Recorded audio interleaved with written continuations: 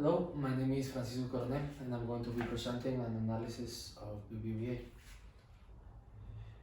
To start with, I wanted to show you an index of what I'm going to be presenting today. I'm going to start with the problem, then go to the methodology I'm using to finally do the analysis, then find the alternatives to choose one solution for the problem.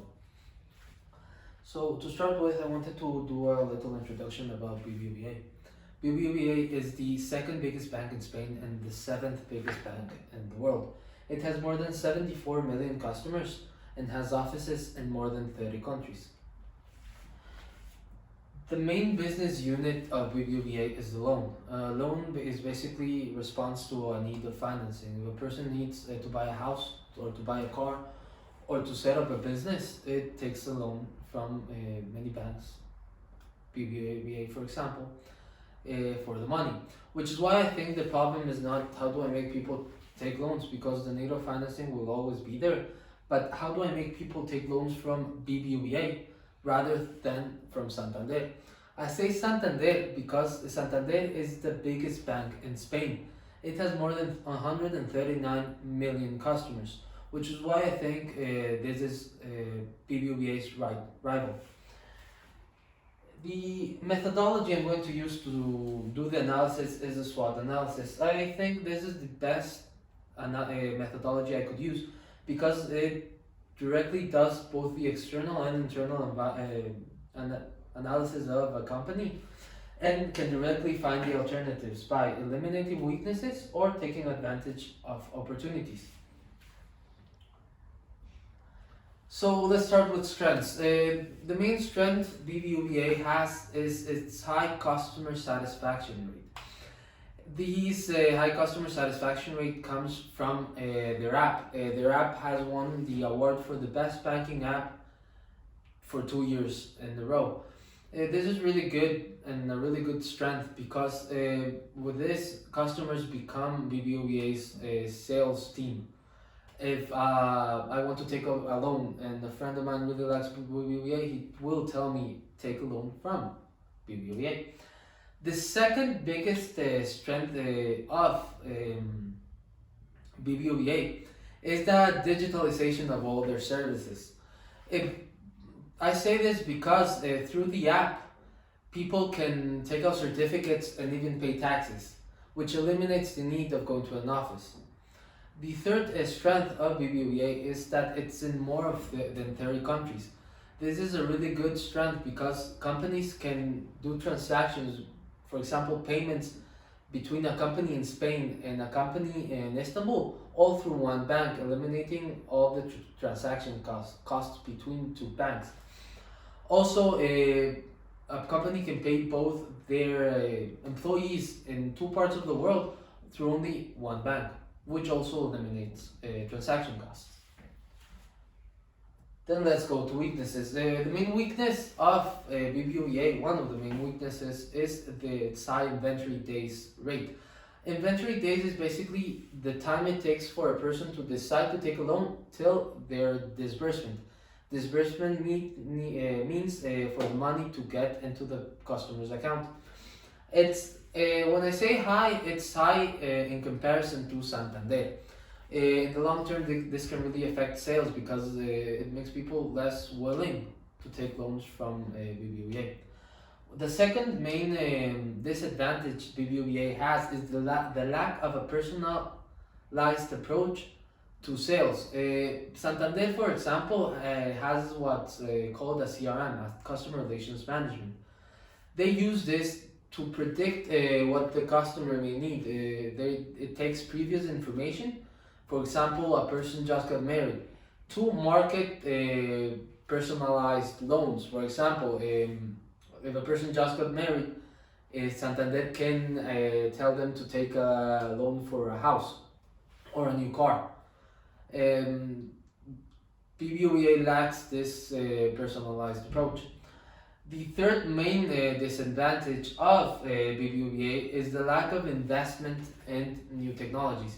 It has invested a lot on internal technologies like the app, but it doesn't really have the whole CRM software that makes Santander great. The third main weakness of BBVA, it's its higher the attrition rate in Santander. Attrition rate is basically the employee turnover, how many employees quit or get fired each period. So this is a real problem because it decreases employee loyalty and can also decrease productivity. They don't sell with as much fervor or as Santander. Then let's go to the opportunities. So opportunities respond to an external environment.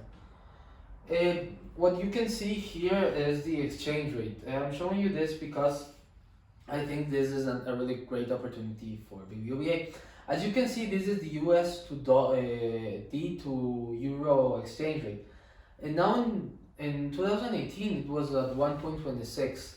It's now at 1.13. How does this affect BBVA? It makes imported goods more expensive and exported goods cheaper. If products are cheaper, then people will buy it more, increasing the need of financing because companies will want to produce more. Thus, they will need more financing to produce more. This is a thing BBVA can take advantage of. The second graph I'm going to show you is the GDP per capita. What this basically shows us is that the average salary per person in Spain has been increasing. It hit a high point in 2008, but because of the crisis, it fell down. However, it's on an all-time high now. What I mean by this is that basically people have more money to consume. The last graph I'm going to show you is the employment rate. The employment rate has been steadily increasing since 2013, which means that more people are able to consume. If people have more money, more people are willing and able to consume, then that increases the need of financing of banks like BBVA, of companies which big banks like BBVA can take advantage of. The final opportunity we can take advantage of is the new channels that have been created through the digitalization of the modern world. The digitalization of the modern world has created many new channels like Facebook ads, Google ads, push notification, SMSs. And what is good about these new channels is that it has made it easier for companies to market value-added services. And as we all know, people will go for value-added services. This is an advantage BBVA can take advantage of. Finally, the threats. We have two main threats here for the banking industry. The first one is regulations. This basically responds to political stability. If the banking industry is heavily regulated, so if something changes, the bank has to keep up with it, which is why I want for BBVA to keep a close link to the government. The second one is the inclusion of digital-only banks to the market.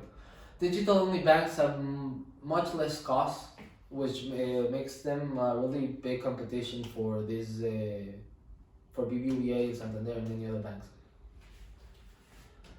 So through all this analysis, I came up with three alternatives. The first one is to market personalized products. The second is to increase employee loyalty. And the third one is to increase the number of sales done through digital channels. So first of all, I would like to go through a method of elimination. To increase employees' loyalty means increase employee benefits. BBVA has 139,000 employees. Increasing benefits for all of them will mean a huge investment, which is why I don't really love this alternative. The third one is to increase the number of sales done through digital channels. Now BBVA already does 41% of their sales digitally. To increase this number even further will be very difficult, which is why I don't recommend this alternative. which is why I think alternative one to market personalized products is the best one. How are we going to use alternative one? It's by buying a CRM. As we know, Santander uses a CRM to find the right customers for the right products. I suggest BBVA does the same. It improves not only personalization, but improves the overall efficiency of the value chain. Well, that is all. Thank you for listening.